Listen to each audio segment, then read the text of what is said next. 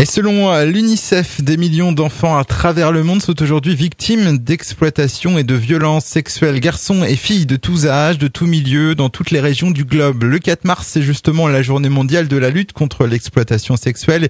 L'occasion d'en parler avec Monsieur Anko Ordonez. Il est responsable communication au sein de l'ECPAT France. Bonjour à vous. Bonjour.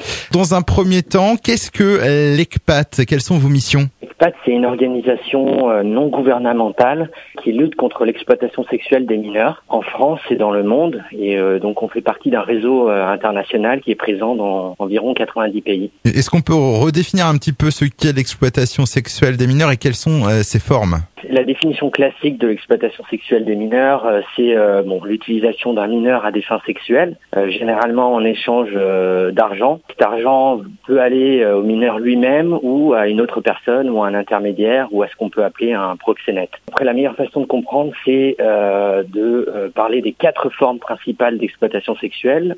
La première, ce serait la prostitution des mineurs. La deuxième, ce serait l'exploitation sexuelle des mineurs dans le cadre des voyages et du tourisme. Ensuite viendrait la traite des mineurs à des fins sexuelles, c'est-à-dire les réseaux de traite. Et la quatrième forme, ce serait les images de mineurs à caractère sexuel. Donc c'est des phénomènes qu'on retrouve partout dans le monde, qui existent aussi en France. Est-ce que vous avez quelques chiffres à nous fournir à ce sujet ? Bien sûr, oui. Nous avons des estimations car il est très difficile d'obtenir des chiffres. C'est qu'environ 2 millions d'enfants, c'est-à-dire des jeunes de moins de 18 ans, sont victimes d'exploitation sexuelle dans le monde chaque année. Ensuite, il y a d'autres estimations portant sur les jeunes en situation de prostitution. Par exemple, en France, on estime qu'il y a entre 5 000 et 10 000 mineurs qui sont obligés de se prostituer pour une raison ou pour une autre, sous l'emprise d'un réseau ou simplement sous l'emprise de la pauvreté, ne l'oublions pas. Ça, ce serait en France. D'autres pays, par exemple comme le Brésil, compte environ entre 250 000 et 500 000 mineurs en situation de prostitution. Voilà, donc c'est un phénomène qui est présent partout dans le monde. Et quelle est son évolution avec les années? Est-ce qu'il y a du mieux? Est-ce que ça empire?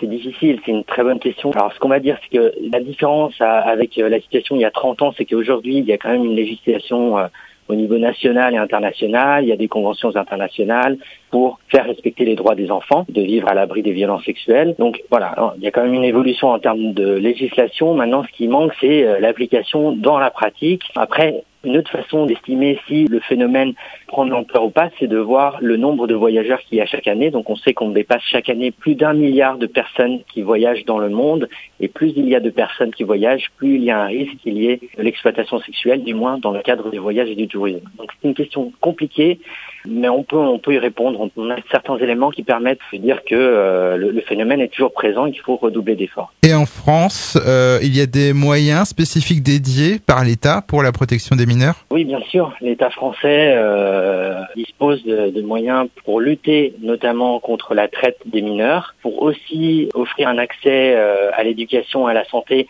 aux mineurs étrangers isolés. Donc ces mineurs devraient avoir accès à l'éducation et à la santé. Malheureusement, c'est pas le cas pour tous. Bon, il y a des choses à améliorer en France, oui, certes. Et notamment les efforts de fonds publics dédiés à l'aide publique au développement, les fameux 0,7% du revenu national brut. Malheureusement, on n'en est qu'à la moitié, on n'en est qu'à 0,36%. Donc on est à la moitié de ce que l'État français a promis de dédier à l'aide publique au développement et entre autres aux enfants. Eh bien, merci pour toutes ces précisions. On peut rappeler que vous serez présent avec l'ECPAT France au prochain Salon mondial du tourisme? Oui, c'est ça, ce sera du 16 au 19 mars à Paris, porte de Versailles, pour sensibiliser les voyageurs et les entreprises du secteur touristique à la lutte contre l'exploitation sexuelle et notamment au signalement des potentiels cas d'exploitation sexuelle dans le cadre des voyages. Anko Ordonez, donc responsable communication à l'ECPAT France, était avec nous aujourd'hui. Donc encore merci de nous avoir accordé un peu de temps pour parler de ce sujet dur mais bien réel qu'est l'exploitation sexuelle. Et votre site internet, c'est ecpat-france.fr, ecpat-france.fr. Je vous dis au revoir, à bientôt. Au revoir, merci.